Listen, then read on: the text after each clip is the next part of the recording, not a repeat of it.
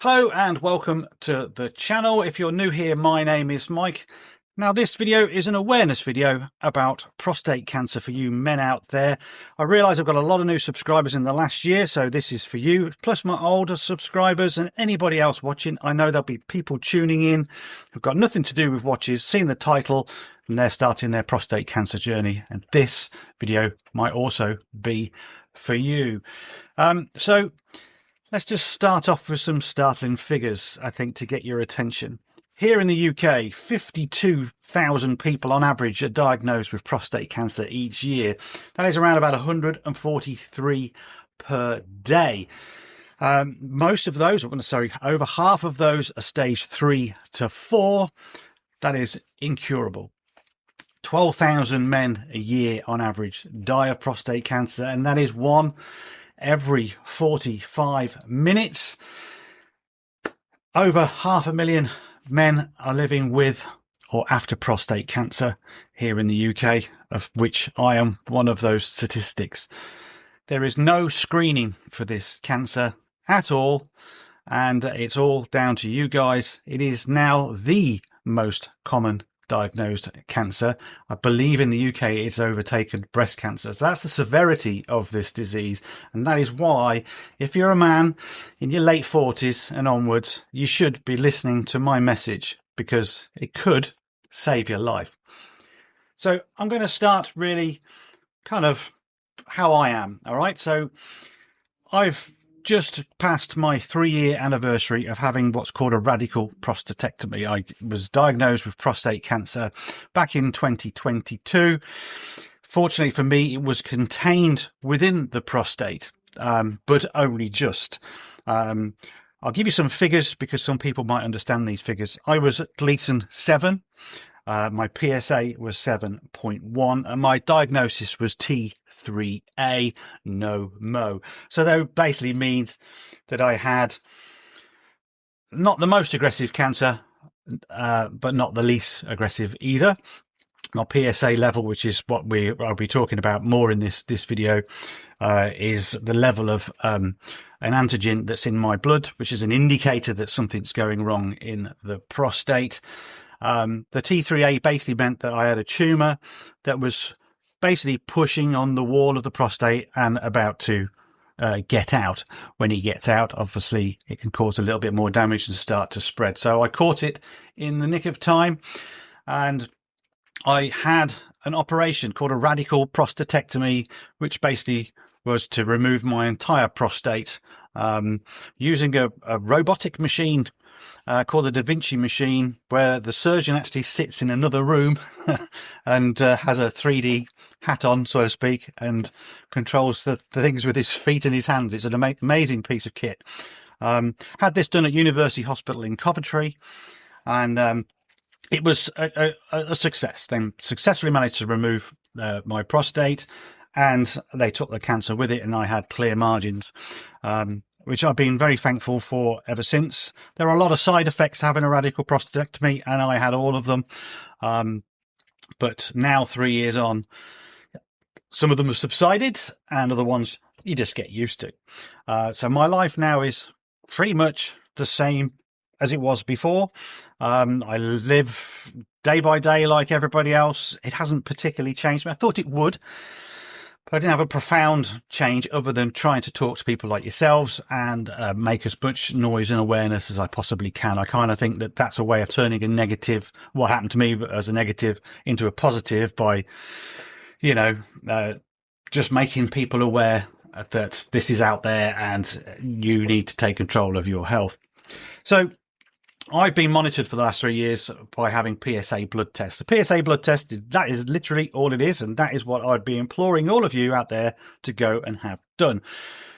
It's a simple 1 syringe blood test out your arm or wherever, and they're just testing this antigen in your blood, and you should have quite low numbers. It gets a little bit higher as you get older, and men in older age, their prostates enlarge as well, so you could have other problems associated with it. So if you get a higher marker like I did at 7.1, which is in some respects is still quite low, I know of people out there have been in the hundreds actually, it means that there's further investigation. So having a PSA test does not mean you've got cancer. It just means that it needs further investigation. And the further investigation can be quite invasive, essentially. And that's partly why they don't really screen for it. So you have a PSA test. What I say to you guys, go and have one done. Have it as a marker. If nothing else, if you go and have it done and then your results are good, that is now on your medical record as a benchmark, basically. So you shan't just have this once. You should have it done every few years. Certainly as you progress into your 60s and 70s and things like that, you should have it more and more regular to catch it early. And you will, once you've got those benchmarks, any rise could then be looked at, and you're catching it early. And if you're catching it early, you've got a very, very good chance of curative outcome. So I've just had my latest PSA. Just last week, I had the phone call from the nurses, and they gave me the great news that my PSA is undetectable. It has been ever since the day of the operation. And yeah, it's always a massive, massive relief. I get quite anxious a few days before, once I've had the blood test. I know the results are coming, and it never gets any easier. This is now the first year you have 4 of them, every 3 months, and then it goes down to 6 months. So I have plenty of these things, and every time I get quite nervous because, well, you're living your life every 6 months thinking, well, something's going to come back, because it still could. If I've got something left in me, it could be microscopic and it could take some time to show up. You're not really cured until 10 years after surgery, in my instance. And I'd be monitored now for life as it is. But I'm very, very happy to have reached the 3-year mark. It's great. And yeah, onwards for the next 6 months, to be honest with you. But I think the longer it goes on, the more hopeful I am of being cured of this illness. So yeah, I was 49 actually, and I was at work and I heard a radio campaign just saying that if you were 50 years or over, that you should go and have this PSA test. And it just rung a bell in my mind. I've always wanted to be ahead of the game. Prevention is better than a cure. So I went to the doctors, I think the following year, for something completely different. And then while I was there, I asked them to do the PSA test. They quizzed me a lot. And ironically, just on a separate twist, because I've done videos like this before and I speak to my friends and social media and stuff, some of the feedback I get, especially in the UK, is people have to fight or to convince their GPs to have this test, especially if they're as young as I was at 49. And I find that really sad, because you can use me as an example, or the great cyclist in the UK, Chris Hoy. Chris Hoy was 48 at diagnosis, so he's a year younger than me, and he's got terminal prostate cancer. So it is a serious condition. But yeah, so no, I acted on this. I had the PSA test, and I just thought it would be fine. But of course it wasn't. And what followed was a big, stressful time in my life. It felt like I hit a brick wall, and everybody else was, going along at 100 miles an hour. And I was just stood still thinking, is this the end, kind of thing? And I wanted a path back to real life as soon as fast as I could. At the time, my daughter was only 9 years old, for instance. And, you were looking at her thinking, well, how long am I going to be here? Because it took a long time for me to go from having a PSA test to actually getting a firm diagnosis, in part because it was still at the end of COVID as well, and the hospitals here were a bit messed up.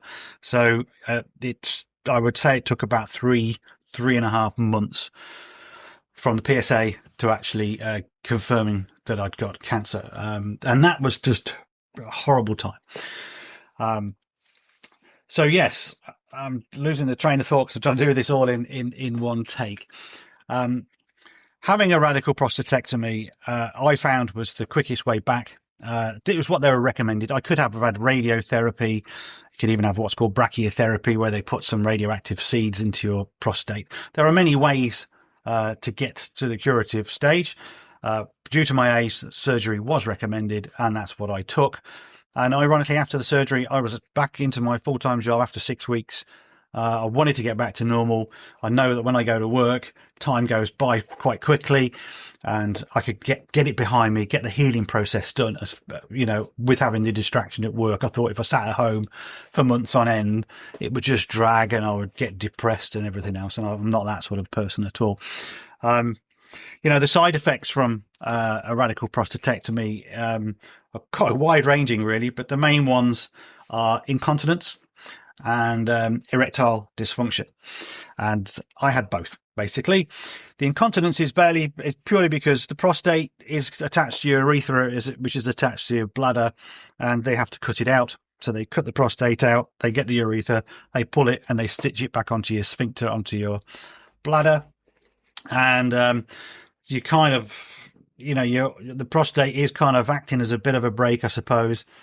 So all of a sudden you haven't got that. If your sphincter's being damaged or is it's a bit sensitive, you just leak, basically. Some people never get over that and they continue to leak, and they go through years of torment before they can have various things done. I leaked for probably 6 months or more. Very depressing thing, but you knew it was coming. So you have to deal with it, and you have to hope that as you heal, you regain control, because your sphincter is that muscle that is a subconscious thing. You go to the toilet, you stand there, it comes out because something in your brain's told it to open up. So you can't control it. So I have no way of holding it like I used to be able to. But over time, over the 6 months or more, it came back for me.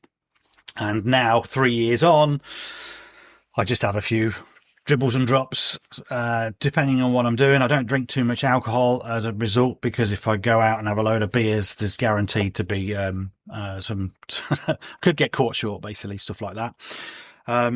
With the erectile dysfunction, it's a horrible thing to talk about. It's always quite embarrassing for most men. But around your prostate, you have your erection nerves, essentially, and they try to save that. If you have a radical prostatectomy, the surgery is so intricate, and the tooling on that Da Vinci machine is so accurate that they can generally peel your nerves off and save them. But in my case, they didn't want to save all of them because it was all on the right-hand side, because it was bulging out. It's all about clear margins. You want to live. And I chose to live, basically. So they took half of my nerves away and threw them in the bin. So I'd had all the treatments after that, from pumps, the Viagras and everything. Nothing really worked, unfortunately, until recently, where they've now put me on a different pill, a different type of Cialis, and that has started to have a better effect. And I'm finally seeing some movement after 3 years. So, it's a quite a psychological thing to cope with, knowing that sort of part of your life doesn't work properly anymore. But I'm alive and I feel absolutely normal. I've got used to that sort of stuff. And I'm always working at my bench and happy smiling to you guys. So, yes. What else have I got to say? Well, really, other than, guys, just go out and get yourself checked, all right? It doesn't take much, and it will potentially save your life. I know of a few people who have either been diagnosed through my channel and listening to my videos, or in other instances where I've made awareness. And I feel very sad for those chaps who have been diagnosed, but there's a little part of me that is quite proud that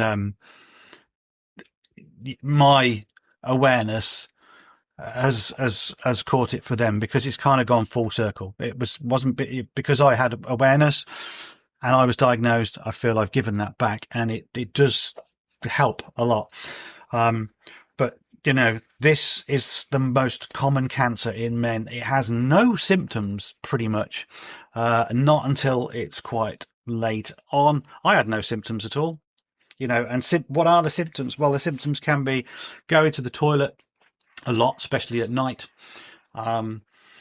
Anything to do with your flow, for instance. If your flow is a lot reduced, then potentially there's something going on in your prostate. It could be just it's enlarging. but it's definitely worth checking out. Catch this early and you live your life. Equally, if the people who are stage 3 and stage 4, there's so much treatment now for this disease that a lot of them will die with prostate cancer and not of prostate cancer. But if I go back to the beginning of the video, the fact that one man is dying for every 45 minutes is still way too much. And that's just in the UK. So if you're watching from America or something, just times that by, the population, and the numbers will be horrendous. And it's all about just catching it early. Many men don't go to the doctors until we think there's something wrong with us. A lot of the time with prostate cancer, it's the guys' wives that are nagging them to go because they're fed up with them going to the toilet all the time or having various problems. So yeah, only you can look after your health. All right. They're not going to come, and certainly in the UK, they don't come knocking on your door saying you must come in, you must have this test. It's down to you, certainly at the moment. So if you want to be around and you don't want to have this disease at a later stage, then please just go and get yourself checked out and do it regularly. Okay, I think I've covered everything. Thanks very much for watching. I know I've sort of probably gone over a few things twice or 3 times, but I just do this all ad hoc because it comes from the heart, basically. You got any questions, leave them below. I'll try and answer as many as I can. If you want some support, if you're going through this, certainly in the UK, Prostate Cancer UK, I will leave a link below to their, I'll actually leave a link below to their 30-second risk checker. You can go in there, fill out a little form online. It'll tell you whether you're at risk. All right. It's a really, really good tool, and I strongly recommend you go and use that. Prostate Cancer UK also is, as a charity, have a telephone line that I really use a lot. You ring them up. They're trained urologist nurses on the other end of the phone who have got all the time in the world, and they can talk you through any of the procedures, any of the stages. They can help you mentally if you're struggling, and they have plenty of time. And I use them a lot. And since then, I've raised money for them. I always support them where I can because I've never had to use a charity before, and this was the only time. And they were there for me, and it was amazing. There's also a Facebook group, Prostate Cancer UK Awareness Group. I'll leave a link in the description below. I'm a member in there. I think there's 4,000 people or more. And these are all guys that have been through it, or they're on the path. Some of them are also in their terminals as well. So you get to hear things from the horse's mouth, and it's a great place to go and talk to other people who are going through it or been through it, because it's proper bloke speak. You get told your answers how you want to hear them, really. So, if you're going through this now, please go and join that group as well. You will find a lot of support because you're not alone. All right. It's always worth talking about these things. So, okay, that's it. Thanks very much. There'll be another video like this next year, and hopefully it's going to be the same positive news. So until then, you'll see me in a new video very soon at the desk, repairing watches. I've got more projects than I know what to do with, and I'm really, really behind, but I'm trying to make tracks to catch up. So I'll see you very soon. Thank you very much for watching this. Take care. Bye for now.